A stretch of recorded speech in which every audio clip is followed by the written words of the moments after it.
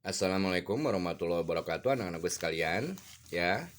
Terutama mereka anak kelas 9. Jadi Bapak di sini Om akan memberikan keterangan tentang ya listrik statis ini, apa yang disebut sebagai listrik statis. Ya, listrik statis itu adalah gejala kelistrikan yang dimiliki oleh benda ya yang bermuatan listrik, di mana ya benda tersebut bermuatan listrik disebabkan oleh ya salah satu daripada subatom yaitu elektron berpindah ke atom yang lain, ya. Baiklah anak-anakku sekalian, ya sebelum kalian mengenai tentang listrik statis ini, kalian harus mengetahui tentang atom. Ya, kita tahu bahwasanya setiap benda itu terdiri daripada ya bagian terkecil yang disebut atom, ya. Di mana atom ini anak-anakku sekalian ya bentuknya itu seperti bulatan bola yang berongga. Yang mana dia mempunyai 3 subatom, yaitu proton, neutron, dan nomor 3 adalah elektron, ya. Elektron. Nah, posisinya kalian harus tahu persis di sini ya. Kalau Om gambarkan di sini atom itu bulat seperti ini ya.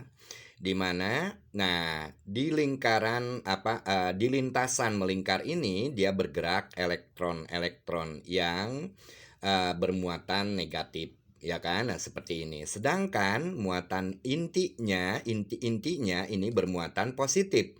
Apa sebabnya? Karena ada neutron dan juga ada proton. Begitu ya anak-anakku sekalian. Jadi kalian harus ingat bahwa atom ini merupakan bola yang berongga, di mana di dalamnya itu terdapat inti atom. Jadi di dalam inti atom itu ya bersemayam atau tinggal di situ proton dengan neutron, ya, neutron. Sedangkan elektron ini bergerak mengelilingi inti atom, ya. Dan kalian juga harus tahu bahwa proton itu adalah bermuatan positif ini ya, positif. Sedangkan neutron itu bermuatan netral, ya, atau muatannya sama dengan 0. Sedangkan elektron yang bergerak mengelilingi inti atom ini ya negatif, bermuatan negatif ya anak-anakku sekalian.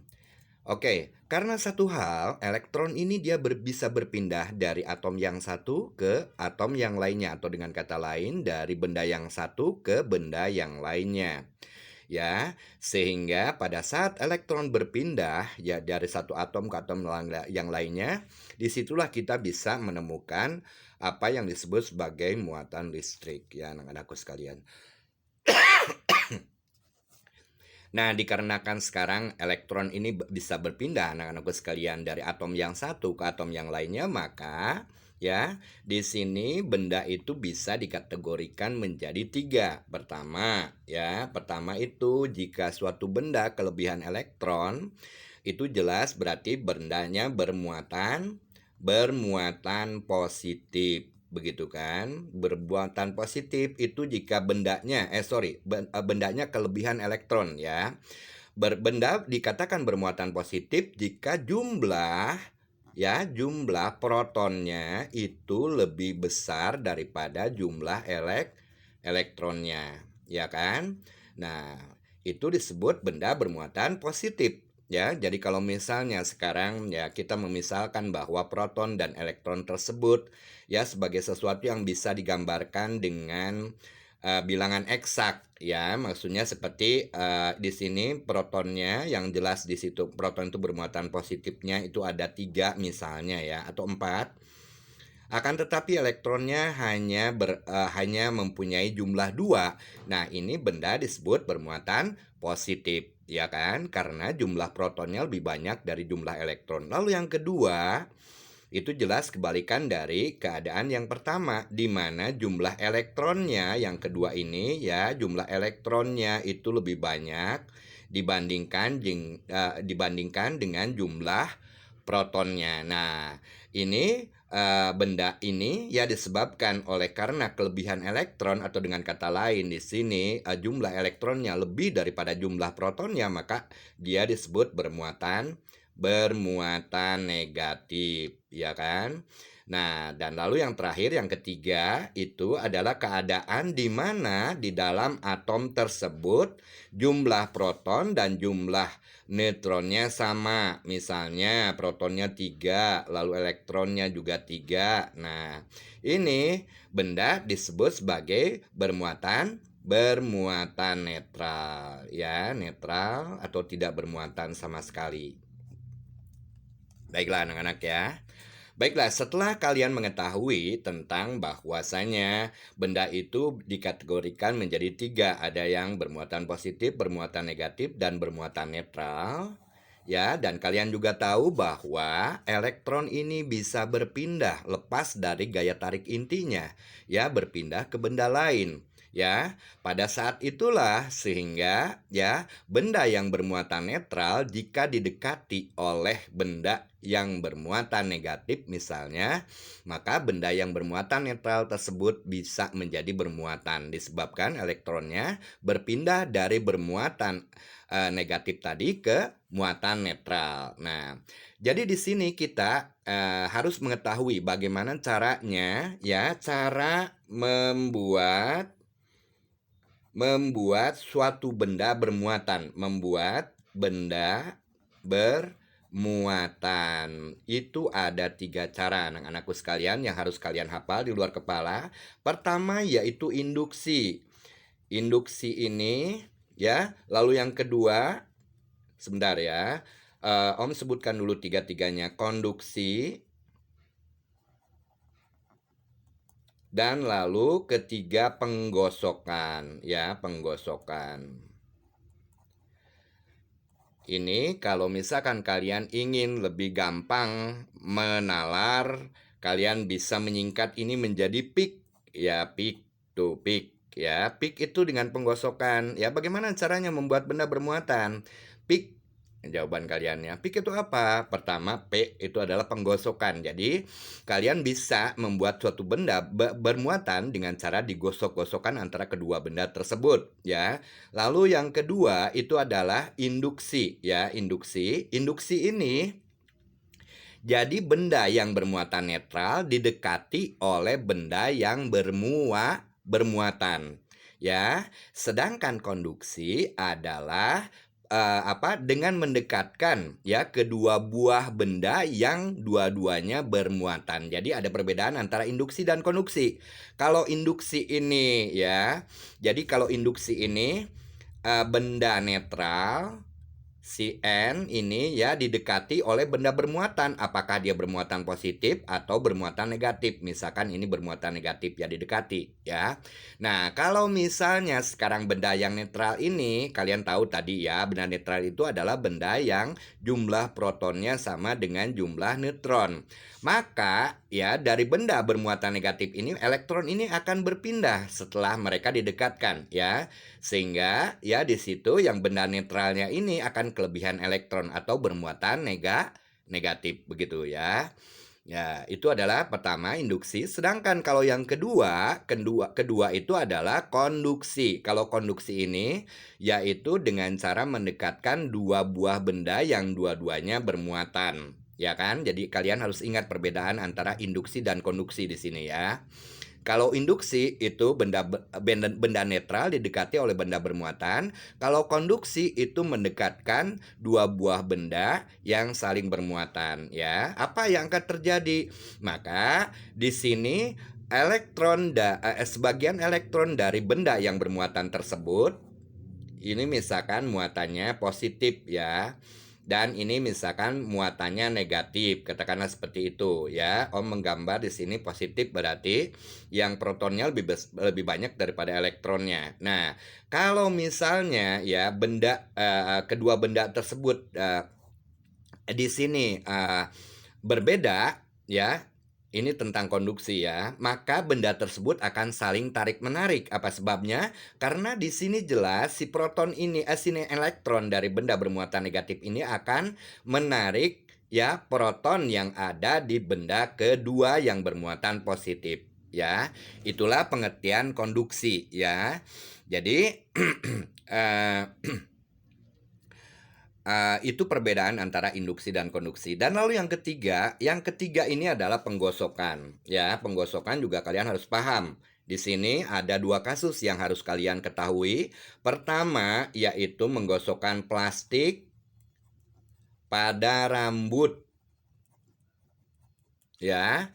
Nah, dan lalu yang kedua, ya, wall dengan kaca atau sutra dengan kaca, ya, sutra dengan kaca. Plastik dengan rambut digosok-gosokkan, dan di sini ternyata elektron itu mengalir ya dari rambut ke plastik. Awas, kalian harus hafalin ini ya, bukan dari plastik ke rambut.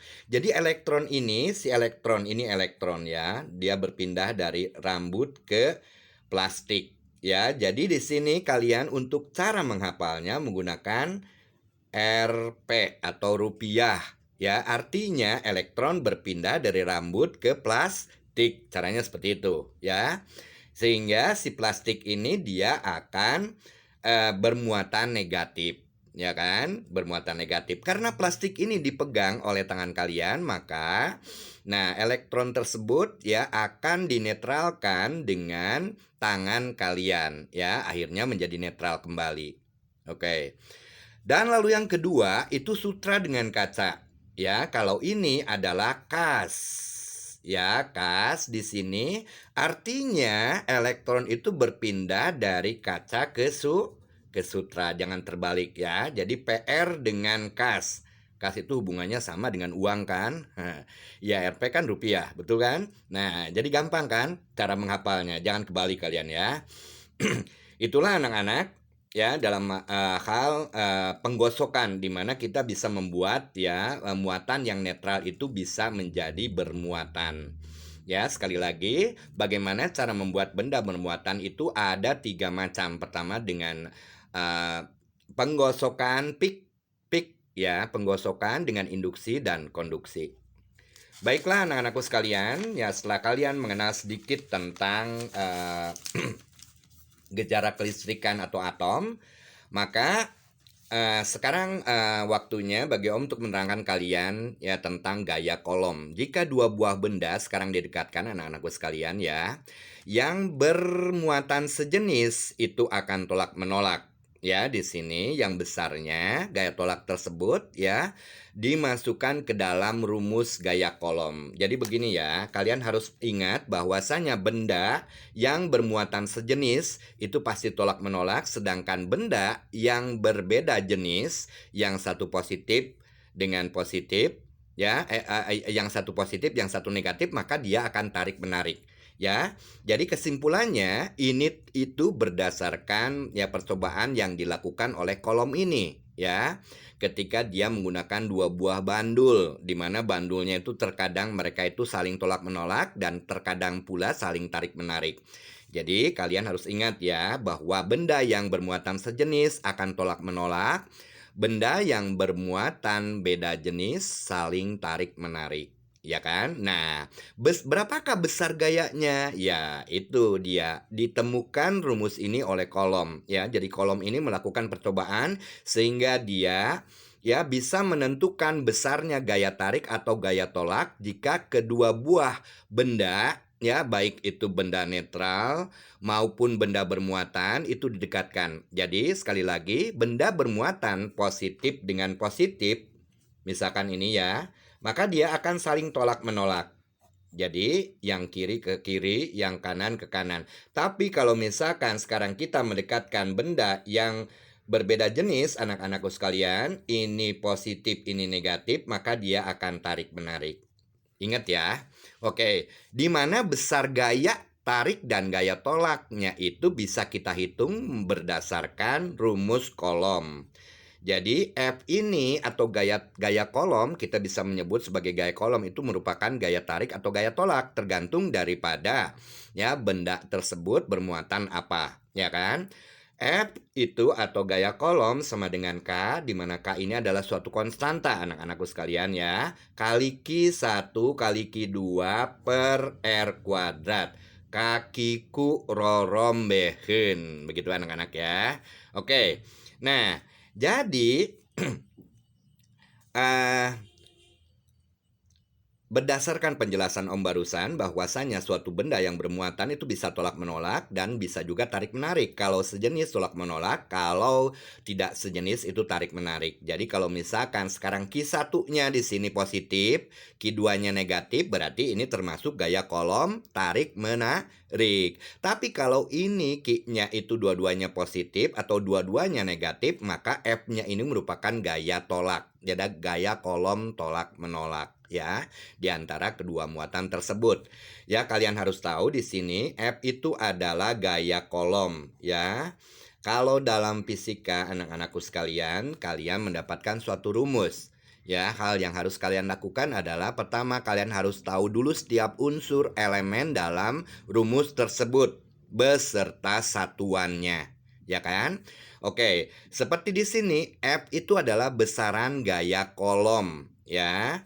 Gaya kolom ini bisa gaya tarik, gaya tolak tergantung dari Q-nya anak-anakku, ya kan? Nah, kalau Q-nya yang satu positif, yang satu negatif, berarti itu masuknya gaya tarik, gaya kolom tarik-menarik, ya kan?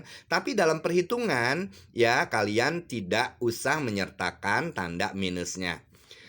Baiklah, gaya kolom di sini ini mempunyai satuan sebagai Newton, ya. Newton, ya. Dan lalu yang kedua, K ini adalah tetapan anak-anakku sekalian yang harus kalian hafal. Gampang sekali angkanya, 9 kali 10 pangkat 9. Sedangkan Q1 dan Q2 itu adalah benda yang bermuatannya, ya, benda-benda yang bermuatan. Tadi K ini dia tidak mempunyai satuan anak-anakku sekalian karena dia merupakan konstanta ya. Dan kalian harus ingat bahwa F atau gaya kolom itu satuannya adalah Newton. Sedangkan Q dan Q2, Q1 dan Q2 itu merupakan benda-benda yang bermuatan di mana di sini satuannya adalah kolom ya, kolom. Nah, di sini Om akan menjelaskan bahwa ada satuan lain yang merupakan satuan kolom yang sangat kecil yaitu mu kolom ya, nulisnya seperti ini, di mana mu kolom ini sama dengan 10 pangkat min 6 kolom. Kalian bisa menyingkat ya dengan menggunakan C besar seperti ini. Ingat ya bahwa 1 mu kolom itu sama dengan 10 pangkat min 6 kolom. Baiklah anak-anakku sekalian, dan lalu yang terakhir ya, yang terakhir ini R. Ya, di mana R ini adalah jarak di antara kedua benda atau jarak di antara kedua benda bermuatan itu ya maksudnya. Baiklah anak-anak.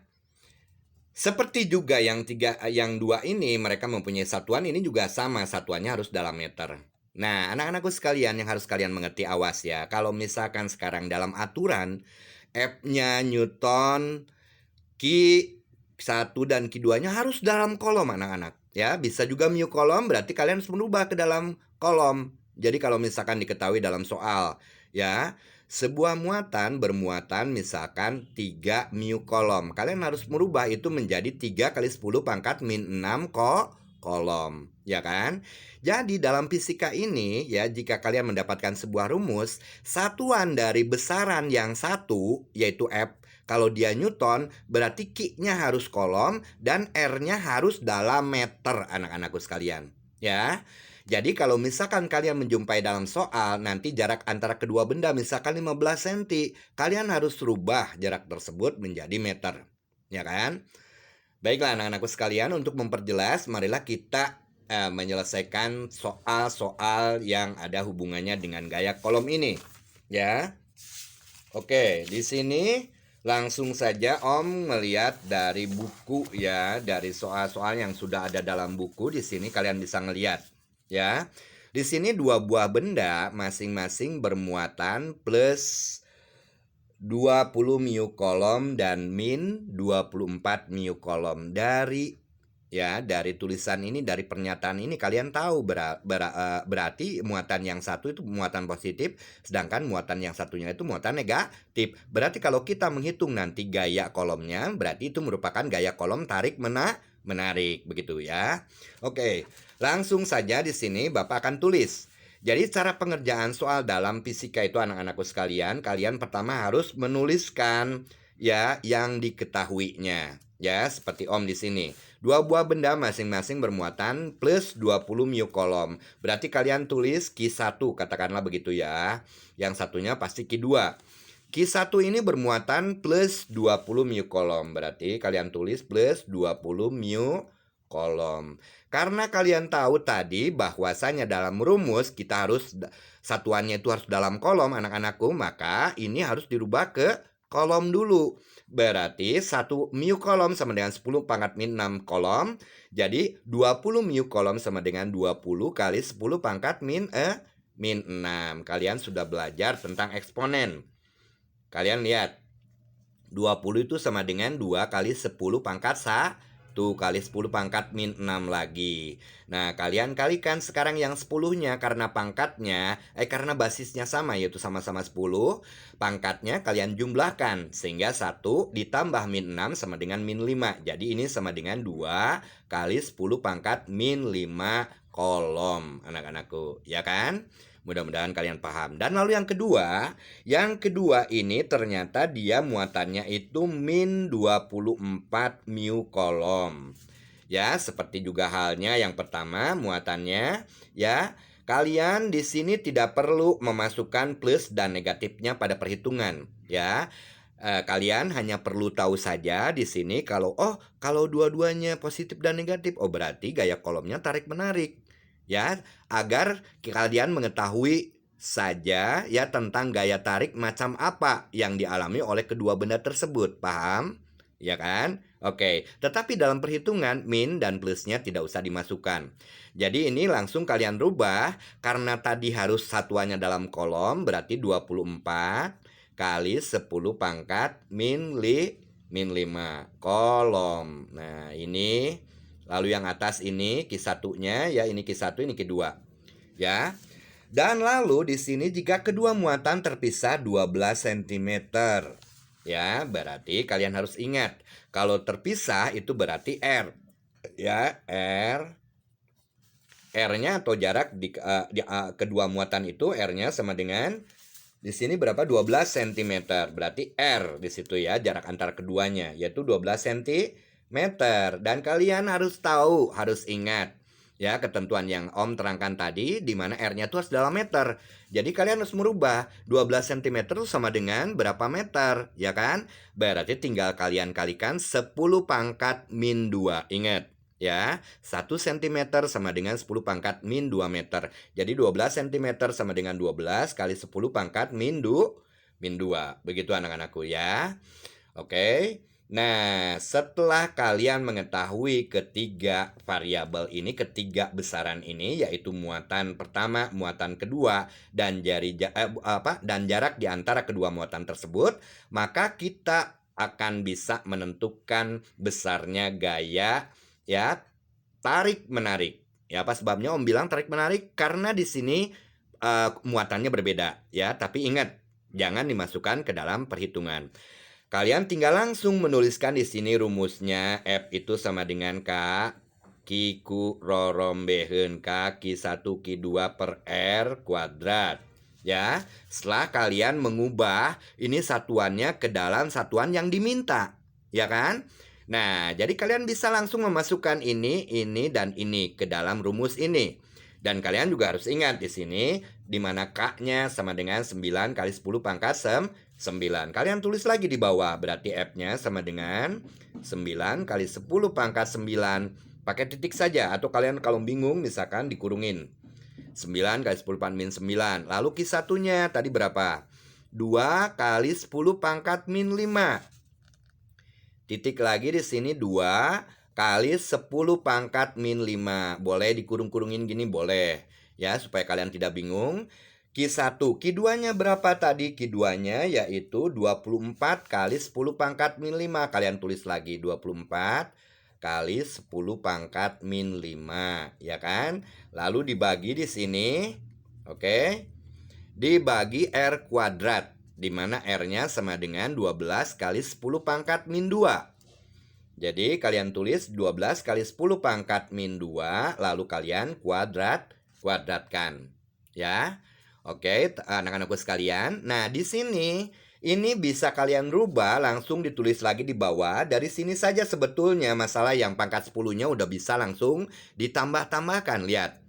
Ini 9, ini 5, ini min 5. Kalian ingat eksponen ya, berarti tambah-tambahkan. Ini 9 dikurangin 5 ditambah min 5 ditambah min 5. Berarti min 10 ditambah 9. Berarti min 1.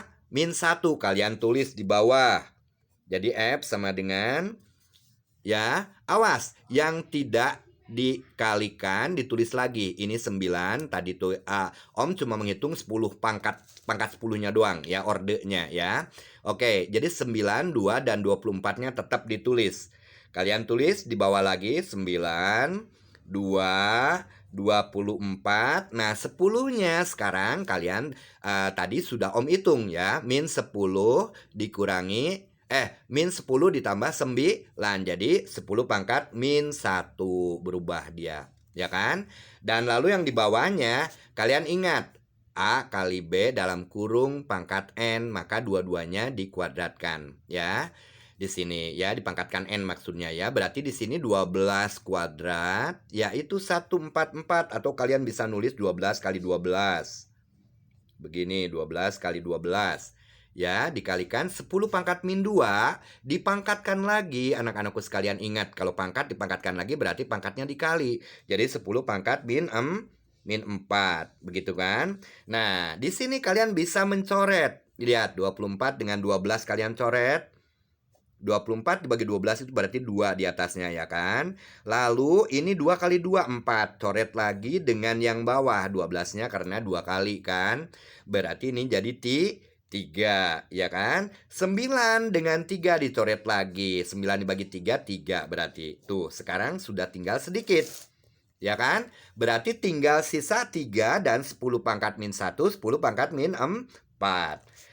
Dan kalian tahu di sini tentang pembagian bilangan eksponen. Berarti di sini min 1-nya dikurangi min 4. Karena dibagi dia kan. Berarti min 1 ditambah 4. Min itu berarti plus kan. Min 1 ditambah 4 sama dengan 3. Jadi 3 kali 10 pangkat 3. Inilah dia anak-anakku sekalian ya. Jadi gaya tariknya sebesar 3.